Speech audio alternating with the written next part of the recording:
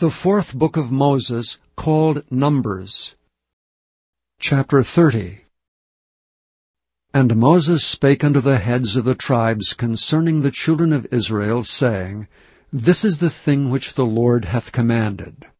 If a man vow a vow unto the Lord, or swear an oath to bind his soul with a bond, he shall not break his word. He shall do according to all that proceedeth out of his mouth. If a woman also vow a vow unto the Lord, and bind herself by a bond, being in her father's house in her youth, and her father hear her vow, and her bond wherewith she hath bound her soul, and her father shall hold his peace at her, then all her vows shall stand, and every bond wherewith she hath bound her soul shall stand. But if her father disallow her in the day that he heareth, not any of her vows or of her bonds wherewith she hath bound her soul shall stand, and the Lord shall forgive her, because her father disallowed her. And if she had at all an husband, when she vowed, or uttered aught out of her lips, wherewith she bound her soul, and her husband heard it, and held his peace at her in the day that he heard it, then her vows shall stand, and her bonds wherewith she bound her soul shall stand. But if her husband disallowed her on the day that he heard it, then he shall make her vow which she vowed, and that which she uttered with her lips, wherewith she bound her soul, of none effect, and the Lord shall forgive her. But every vow of a widow, and of her that is divorced, wherewith they have bound their souls, shall stand against her.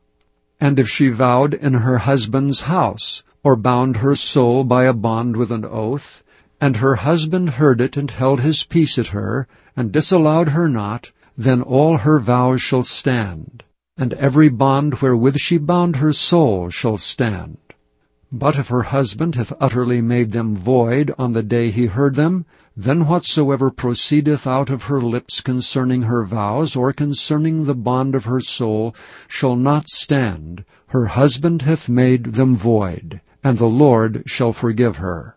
Every vow and every binding oath to afflict the soul, her husband may establish it, or her husband may make it void.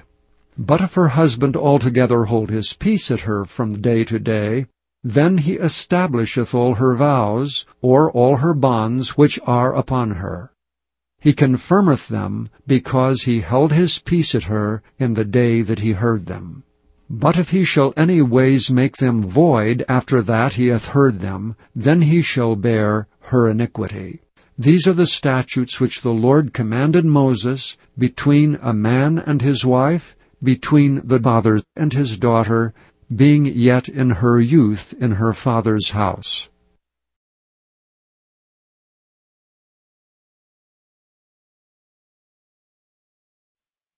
Thank you for listening to this recording of the King James Bible produced by Audio Scriptures International. Audio Scriptures International believes it is more important to spread the Word of God than to make a large profit.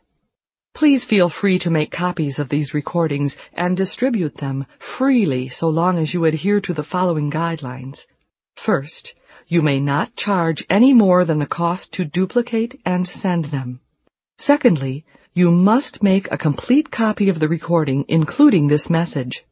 For commercial and fundraising distribution, please contact Audio Scriptures International for additional information.